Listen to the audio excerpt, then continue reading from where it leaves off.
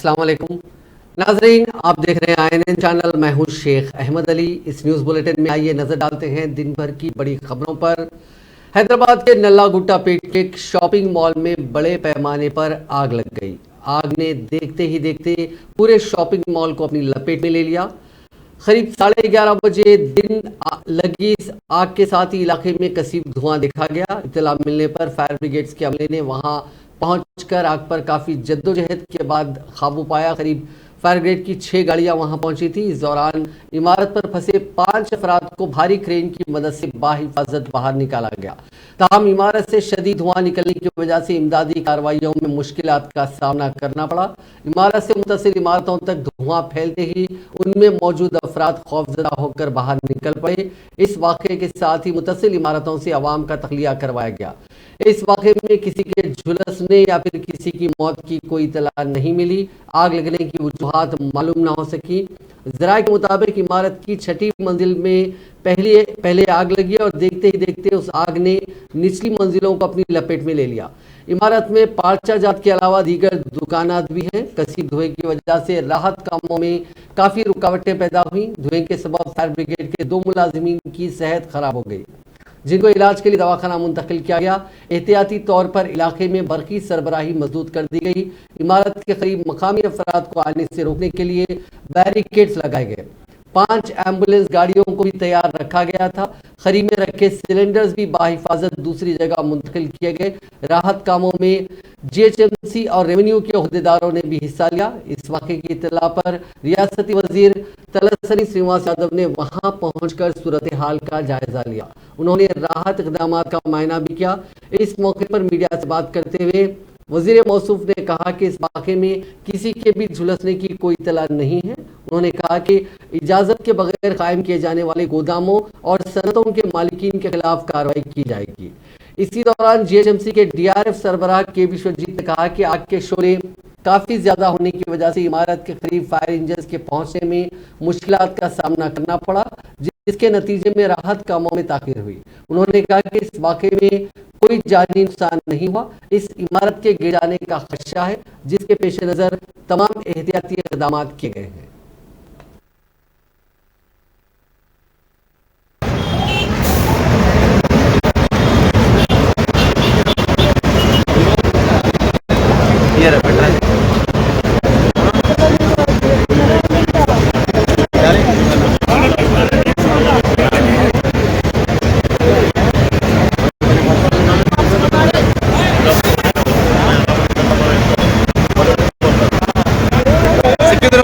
Revenue పరిధిలో జరుగుతున్నటువంటి ఘటన చాలా దారుణంగా చోటు చేసుకుంది। ఈ ఘటనను బంధించడానికి సికింద్రాబాద్ రెవెన్యూ డిపార్ట్మెంట్ నుంచి వెళ్ళి DRI గారు సిమ్రా గారు ఇచ్చేశారు।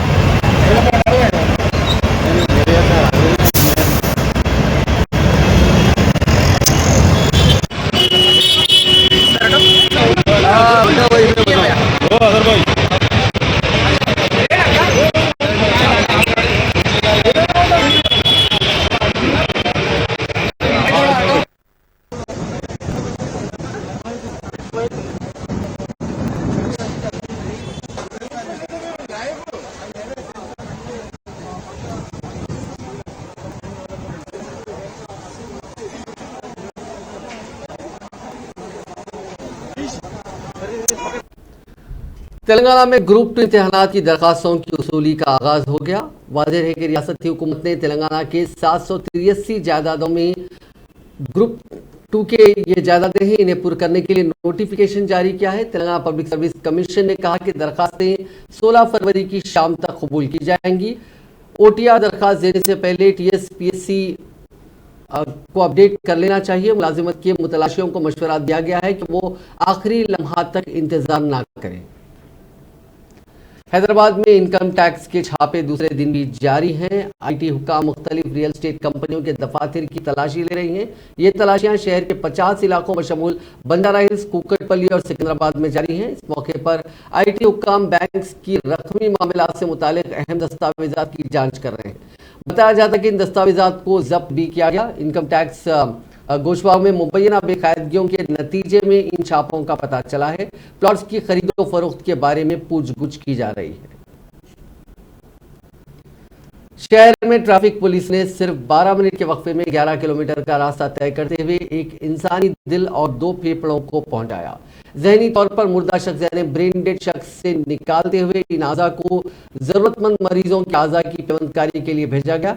ट्रैफिक पुलिस ने इस बात को यकीनी बनाया कि एम्बुलेंस ट्रैफिक के बगैर उन आज़ा को मुंतकिल कर सके। मलकपेट और सिकंदराबाद के दरमियान ट्रैफिक पुलिस ने ग्रीन चैनल बनाया। उन आज़ा को ले जाने वाली तिबी टीम मलकपेट के खानगी दवाखाने से आज दिन में 10:59 पर रवाना हुई। ट्रैफिक से पाक सड़क का इस्तेमाल करते हुए इस टीम ने एम्बुलेंस में 11 किलोमीटर का रास्ता तय किया और सिकंदराबाद के एक और खानगी दवाखाने को 11:11 पर आज़ा पहुंचा दिए। दोनों दवाखानों के इंतजामिया ने हैदराबाद ट्रैफिक पुलिस की मसाई की सताइश की। जारिया साल दूसरी मरतबा हैदराबाद ट्रैफिक पुलिस ने इन इंसानी आज़ा की मुंतकिली में मदद दी है। वज़ीर सेहत हरीश राव ने कहा कि हुकूमत का मकसद हर फर्द की आंखों का मुआयना करवाना है। उन्होंने कहा कि हुकूमत अवाम की मर्जी के मुताबिक आई कैंप्स लगाने के लिए तैयार है।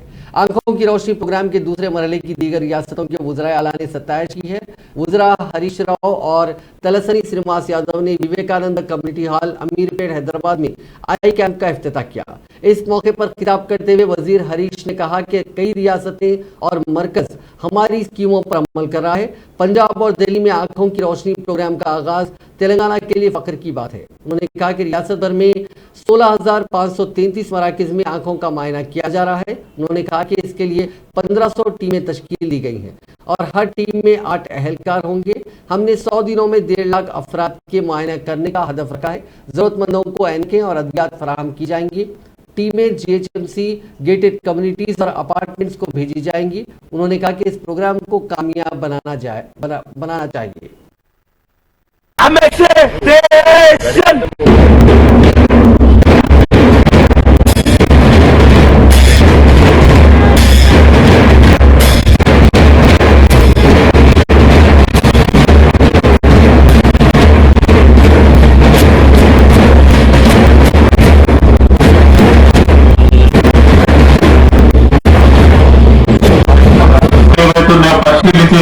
వాటికి సరైనటువంటి చికిత్స చేయడానికి గట్టిగా క్లాస్ తోటి ఇతర మంత్రులకు కూడా స్వాగతం పలుకుతున్నాం.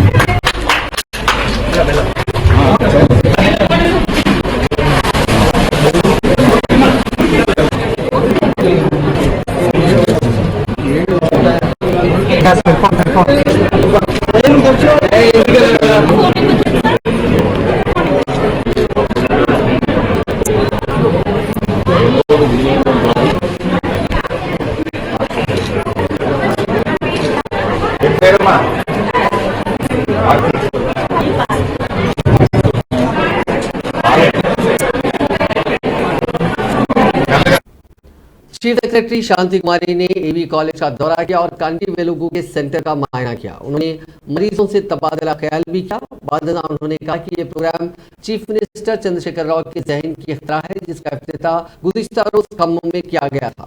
उन्होंने कहा कि 1500 टीमों के साथ कैंप्स का एहतमाम किया जा रहा है। रियासत भर में 15,000 स्टाफ अरकान इन कैंप्स में हिस्सा ले रहे हैं।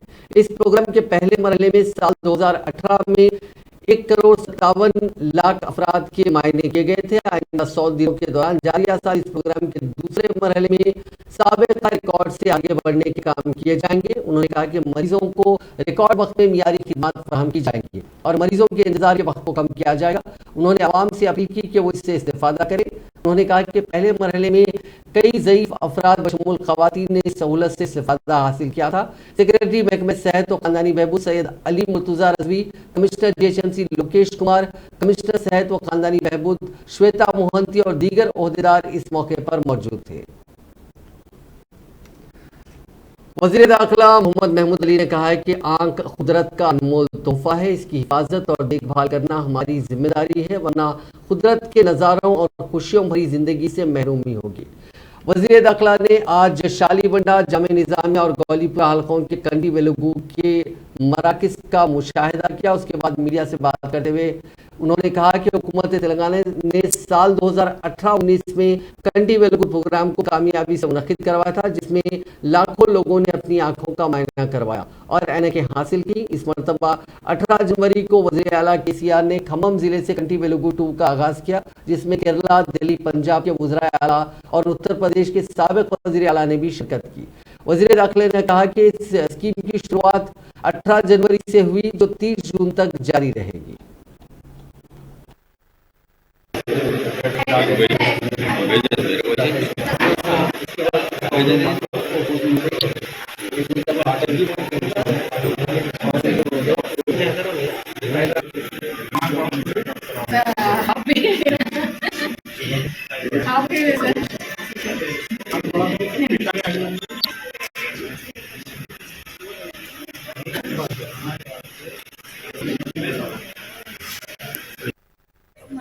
रूपलाल बाजार यहाँ पर जो बस्ती दवाखाने में कंटी वेलुगू प्रोग्राम जो बहुत बड़ा प्रोग्राम है, मैं समझता हूँ कि वर्ल्ड का बड़ा प्रोग्राम है।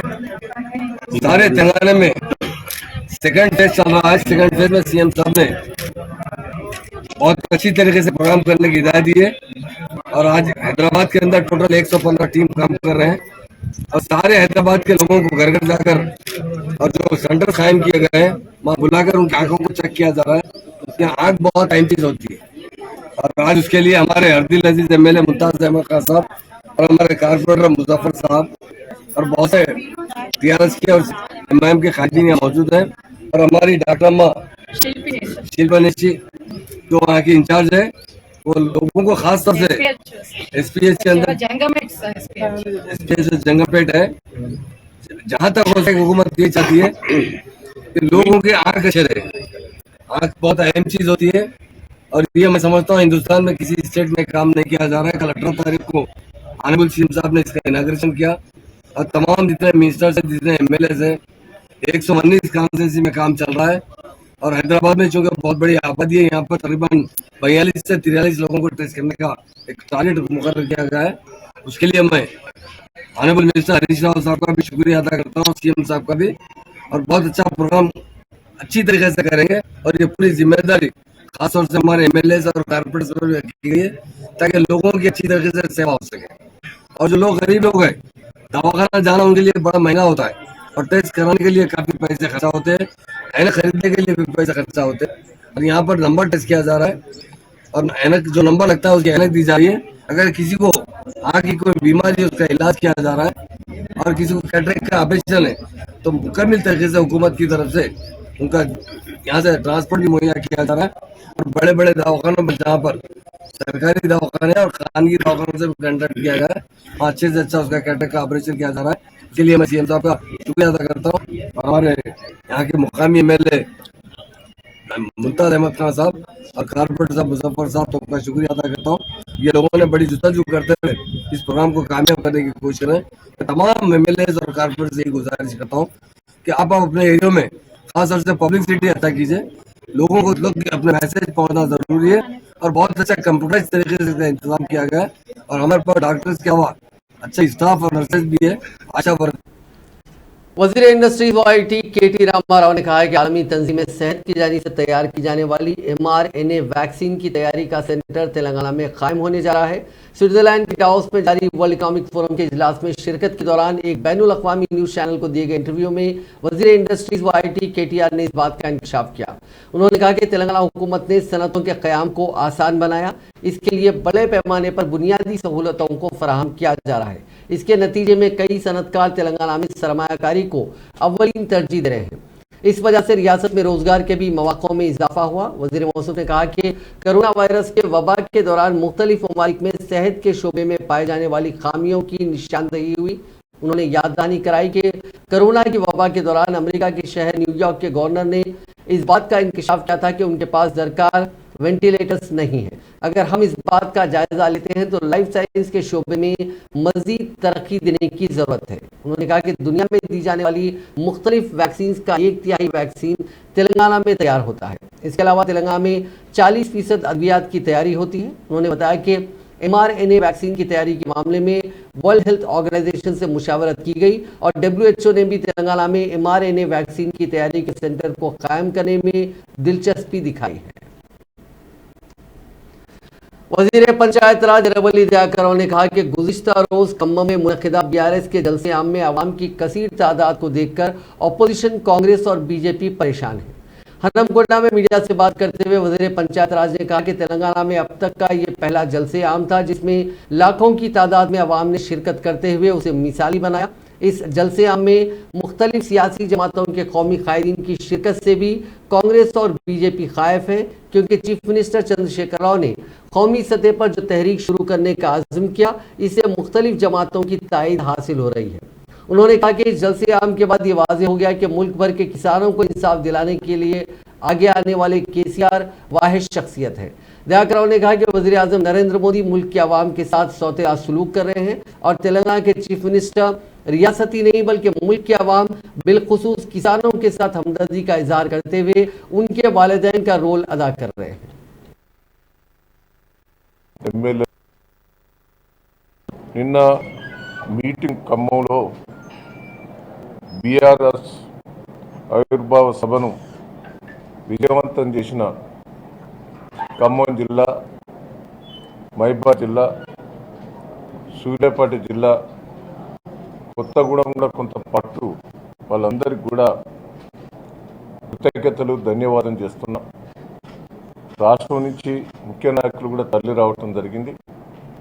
అందరికి కూడా ఎండనకుంటా లెక్క చేయకుండా కూడా ప్రజలందరూ కూడా ఉన్నారు. పార్టీ పిలుపై అందరూ కూడా రావటం జరిగింది. हुक्मरान जमात BRS के रुकने कानून साज काउंसिल व रैतु बंधु समिति के सदर पल्ले राजेश्वर रेड्डी ने इल्जाम लगाया कि 2 गुजराती मुल्क की दौलत एक और गुजराती के हवाले करने की कोशिश कर रहे हैं। उन्होंने हैरत का इजहार करते हुए पूछा कि अडानी 2014 में अमीर लोगों की फेहरिस्त में 604वें नंबर पर थे, अब ये पहले नंबर पर कैसे आ गए? ये बात बीजेपी कायदीन को बतानी चाहिए। राजेश्वर रेड्डी ने वजीर transport Ajay Kumar, MP रविचंद्रा, MLA क्रांतिकरण के साथ BRS LP ऑफिस में मीडिया से बात करते हुए वाजे किया कि BRS दिल्ली की सियासत में एक यकीनी तब्दीली की तरफ कदम उठाएगी।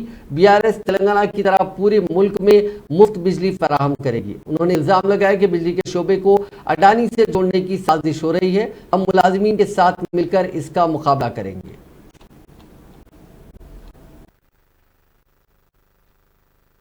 ఇప్పటి వరకు అత్యంత పెద్ద సభ ఇవాళ అత్యంత ఆకర్షణీయంగా తయారు చేసుకోవడం, ఆద్యంతం మొదటి నుండి చివరి వరకు సభ మొత్తం కూడా ఉర్రూతలేగేటట్టు కూడా చేసుకోవడం, వచ్చిన ప్రతి వాళ్ళు కూడా ఎంతో కొంత స్ఫూర్తి పొందడం నిజంగా ఈనాడు అది నిర్వహించిన నాయకులకు కానీ కార్యకర్తలకు కానీ అదృష్టంగా మేము భావిస్తున్నాం.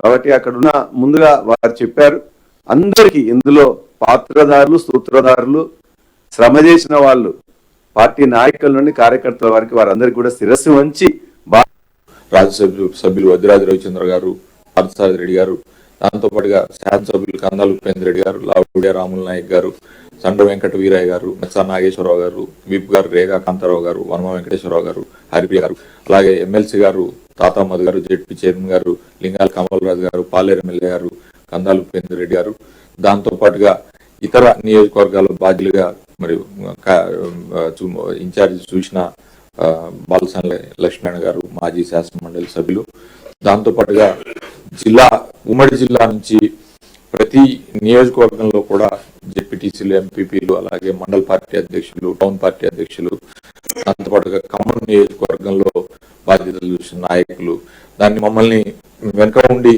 అద్భుతంగా మమ్మల్ని కోఆర్డినేట్ చేసిన మన మూడు జిల్లాల నుంచి ప్రాతినిధ్యం వహిస్తున్న మా MLC గారు పల్ల రాజేశ్వర రెడ్డి గారు, అందరి కోఆర్డినేషన్ తో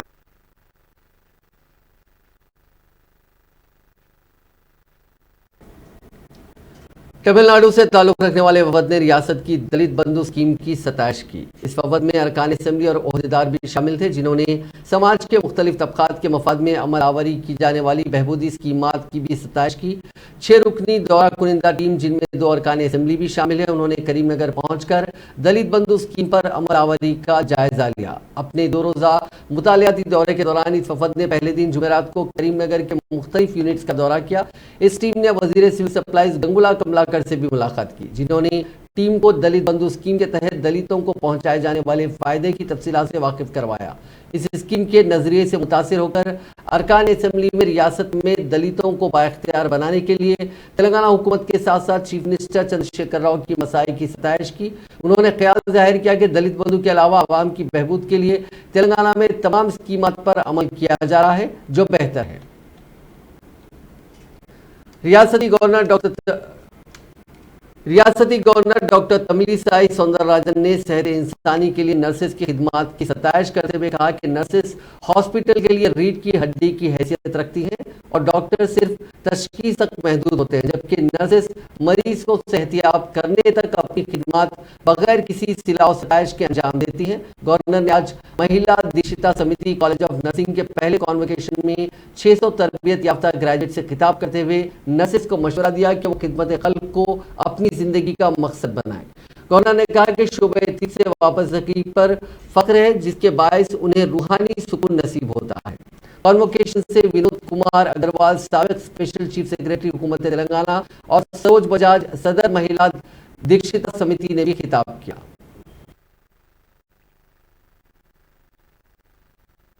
Telangana, he gave a very short and sweet speech, and he very rightly mentioned, sometimes even when we want to provide education and even when we want to support the downtrodden population, the economically compromised children, some of the rules and regulations, it's very difficult, particularly when a charitable institution come forward. Some of the private institutions, they can get anything what they want somehow.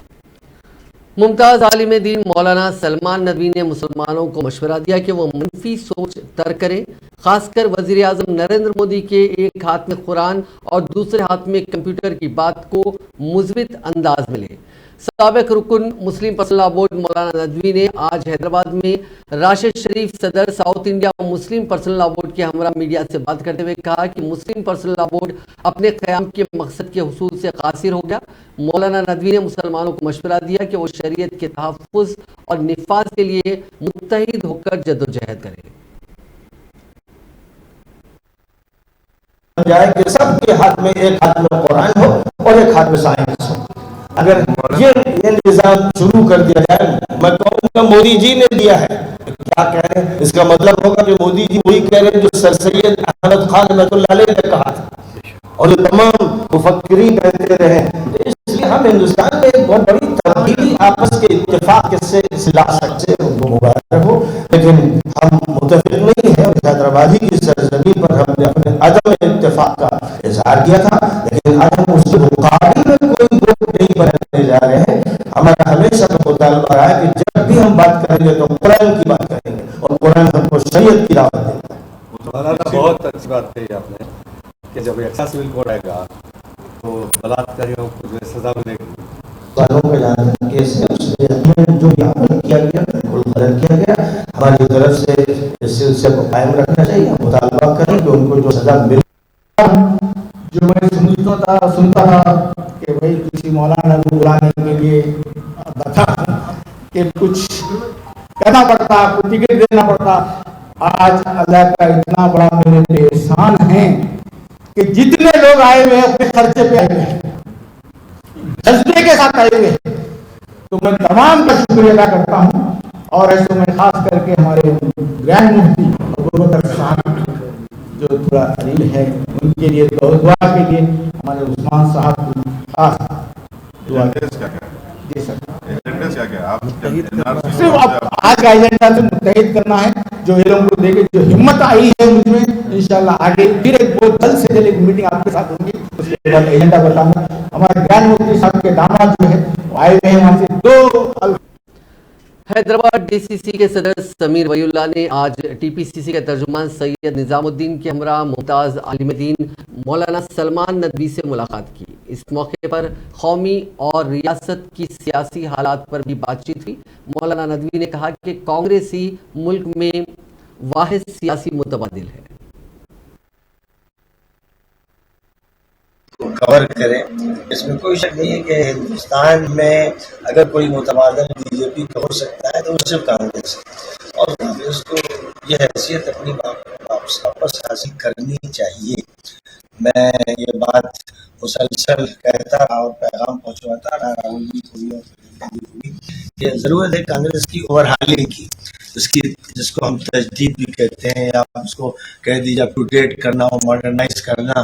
जरूरत है इसकी कि उसका दायरा वसी हो, जैसे दादा जी के दौर में जो बात थी वो दोबारा लाई जाए। इतनी जो जद्दोजहद वो कर रहे हैं, पैदल इतना लंबा सफर कर रहे हैं, तो आगे का जो फ्यूचर है, जो मुस्तकबिल है, उसमें बड़ा काम करना है। उसके लिए दायरा बहुत बड़ा हो, वसी हो, इसकी जरूरत है। तो कवर करें, इसमें कोई शक नहीं है। तेलंगाना कांग्रेस के रुकने कानून साज काउंसिल जीवन रेड्डी ने कहा कि जिले जगतियाल में होने वाले मास्टर प्लान के अहकाम को फौरी तौर पर मनसूख किया जाना चाहिए। इस इलाके के किसान इस मास्टर प्लान से अपनी अराजियात के तहफ़्फ़ुज़ के लिए एहतजाज कर रहे हैं। इन किसानों का कहना है कि इंडस्ट्रियल जोन से उनकी अराजियात को बचाया जाए। तिप्परनापेट के किसानों की बड़ी तादाद ने जीवन रेड्डी से इस खुसूस में मुलाकात की और उनसे नुमाइंदगी की। उन्होंने जीवन रेड्डी से ख्वाहिश की कि वो मास्टर प्लान के मुसव्वदे को मनसूख करने के लिए अपनी हिमायत का ऐलान करें। बाद अज़ां इस मंसूबे को मनसूख करने के लिए म्यूनसिपल कमिश्नर को दरख्वास्त भी दी गई। जगतियाल जिले में मेडिकल के तलबा ने vice principal P David Anand Kumar की हिमायत में एहतजाज किया, जिनके साथ कॉलेज कैंपस में कमरा अलॉट न करने पर जिला मुस्तकर के अस्पताल के डॉक्टर्स ने मुबैना तौर पर बदकलामी की। अस्पताल के डॉक्टर्स डॉक्टर शशिकांत रेड्डी और चंद्रशेखर रेड्डी कॉलेज के हुक्काम से गुज़िश्ता 2 माह से ख्वाहिश कर रहे थे कि कॉलेज के कैंपस में उनके लिए कमरे अलॉट किए जाएं। जब उन्होंने आनंद कुमार से मुलाकात की तो उन्होंने उनको मशवरा दिया कि वो प्रिंसिपल से रुजू हों। कल सुबह दोबारा आनंद कुमार से मुलाकात की तो उनके साथ कॉलेज के कैंपस में कमरा अलॉट न करने पर बहस और तकरार और बदकलामी की। उन्होंने जात का नाम लेकर भी उनके साथ नामुनासिब सलूक किया। डॉक्टर्स के रवैये पर बरहम तलबा ने कॉलेज के कैंपस में एहतजाज किया। इस वाक़े का इल्म होते ही पुलिस वहां पहुंची, जिसने तलबा को इस एहतजाज को खत्म करने के लिए रजामंद किया।